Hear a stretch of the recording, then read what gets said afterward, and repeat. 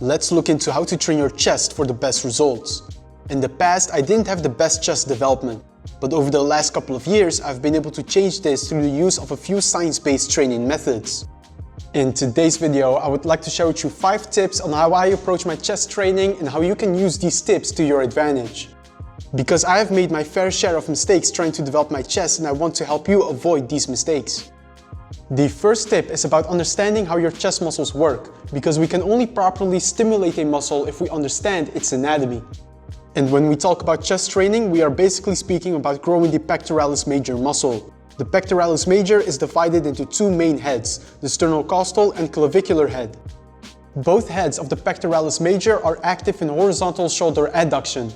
This refers to bringing your upper arm towards the midline of your body. This is a key piece of information. Whenever you perform a chest exercise, ask yourself, does this actually train the horizontal adduction of the shoulder? You may sometimes see some creative exercises online for chest training that look cool, but do very little for your chest, like the plate press. Just squeezing your chest muscles together is not enough. We want to progressively overload horizontal shoulder adduction through movements like the bench press and chest flies for your pectoral muscles to develop. Now, next to horizontal shoulder adduction, the upper or clavicular head of the pec also assists in shoulder flexion. This is why performing pressing variations while your shoulder is in a somewhat more flexed position, like in an incline bench press, is so effective for developing that upper chest region. In order for us to have balanced chest development, we want to make sure that we train both the lower and upper pec regions effectively. There are 3 movement patterns I would recommend to include in your chest workouts for balanced development: a flat bench press, an incline press, and a chest flies variation. With these 3 movements, we will be able to train your chest from different angles and at different muscle lengths, resulting in better overall chest development. These 3 movement patterns played a key role in my chest development, and let's look into these 3 movement patterns one by one, starting with discussing a flat bench press. With flat bench variations like the dumbbell or barbell bench press, we mostly emphasize the sternocostal or lower head of your pec. As you press the weight away from your body horizontally, the resistance will run more in line with the lower fibers of your pecs. Of course, your chest will be trained as a whole during flat bench variations, but the focus of this exercise definitely is more the lower part of your chest, as supported by muscle activation research as well.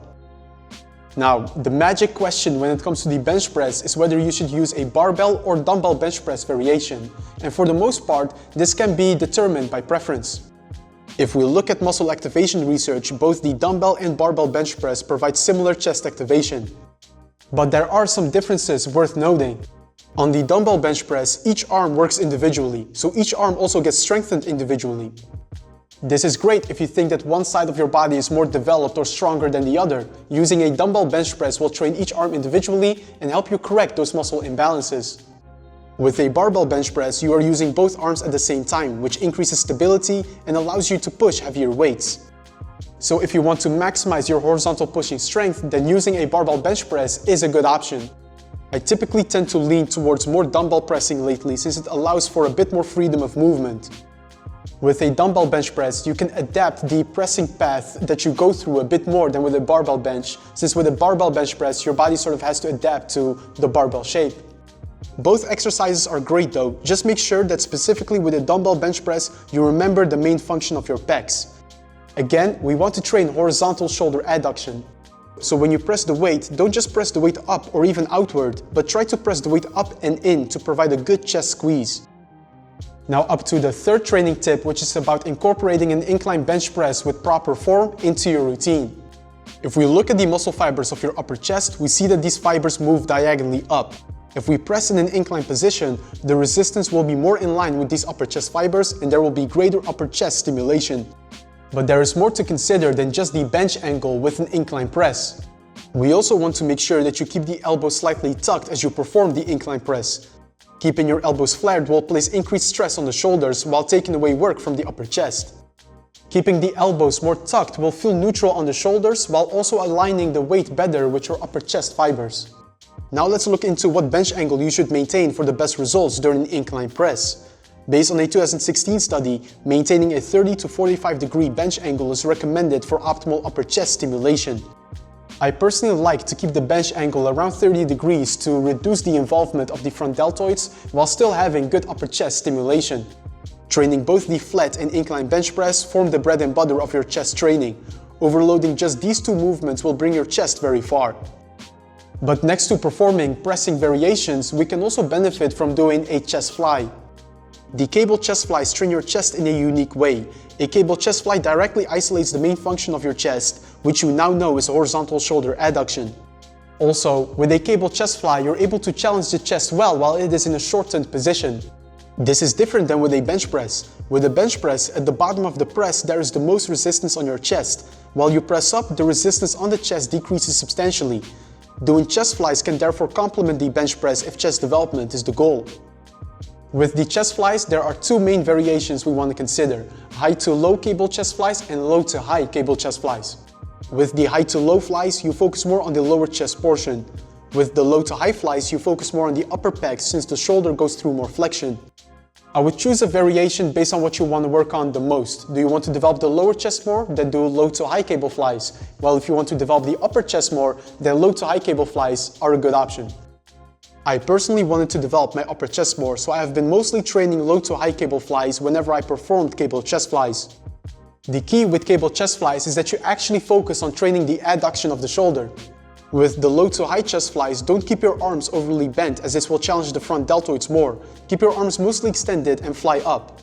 With high to low chest flies, don't press the weight but aim to make a half circular motion during the flies, like you're giving someone a big hug. The fifth and final tip is about how you can go about structuring your chest training in an actual training week. As most large muscle groups, training the chest with between 10 to 20 sets per week is a good aim.